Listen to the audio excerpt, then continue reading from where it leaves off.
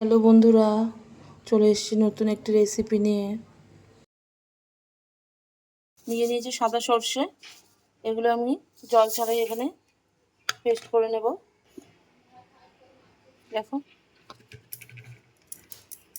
ভালো করে পেস্ট করে নিয়েছি। তার মধ্যে আমি দিয়ে দেবো অল্প নুন, দিয়ে দেবো জল।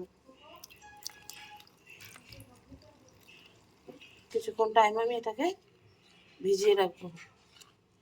দিয়ে দিয়েছি কড়াইতে তেল, সর্ষের তেল। এখানে আমি দিয়ে দেবো কালো জিরে, আর আমি এখানে দিয়ে দেবো কাঁচা লঙ্কা।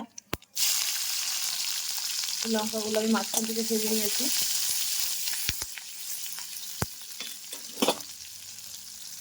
দেখো, লঙ্কাটা কালো জিরেটা ভালো মতো ভাজা হয়ে গেছে, একটা গন্ধও বেরিয়ে গেছে। এবার আমি পেস্ট করে রাখা সর্ষেটা দিয়ে দেবো।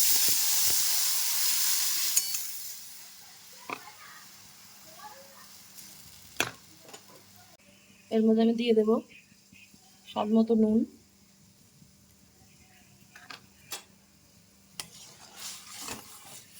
আর আমি দিয়ে দেবো হলুদের গুঁড়ো, একটু কালার হওয়ার জন্য। ইলিশ মাছে তো কোনো মশলা দেওয়া চলে না, তাহলে ইলিশ মাছের স্বাদ নষ্ট হয়ে যায়। দেখো, ঝোলটা পুরো ফুটে উঠেছে। এবার আমি এখানে এক এক করে মাছগুলো দিয়ে দেবো। নুন হলুদ মাখিয়ে রেখেছি। কাঁচা ইলিশ,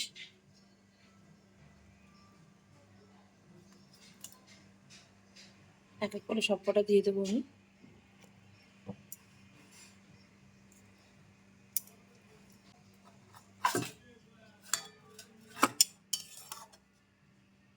এবার আমি একটু ঢেকে দেবো।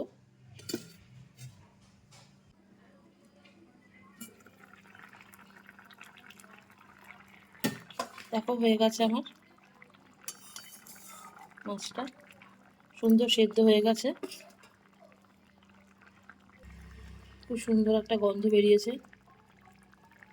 ইলিশ মাছ বলে কথা। এর মধ্যে আমি দিয়ে দেবো এবার কাঁচা তেল।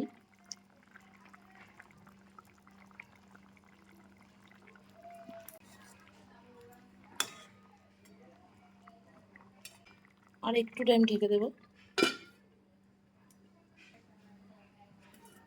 ঢাকাটা খুলে নিচ্ছি। দেখো, পুরো রেডি হয়ে গেছে। এটাকে আমি এবার নামিয়ে নেব। এবার আমি এটাকে নামিয়ে নেব। কি রান্না করছো মা? কি সুন্দর গন্ধ বেরিয়েছে।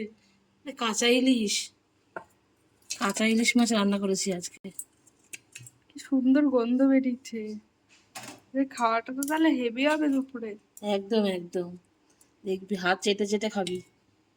দেখো বন্ধুরা, রেডি হয়ে গেছে আমার কাঁচা ইলিশ।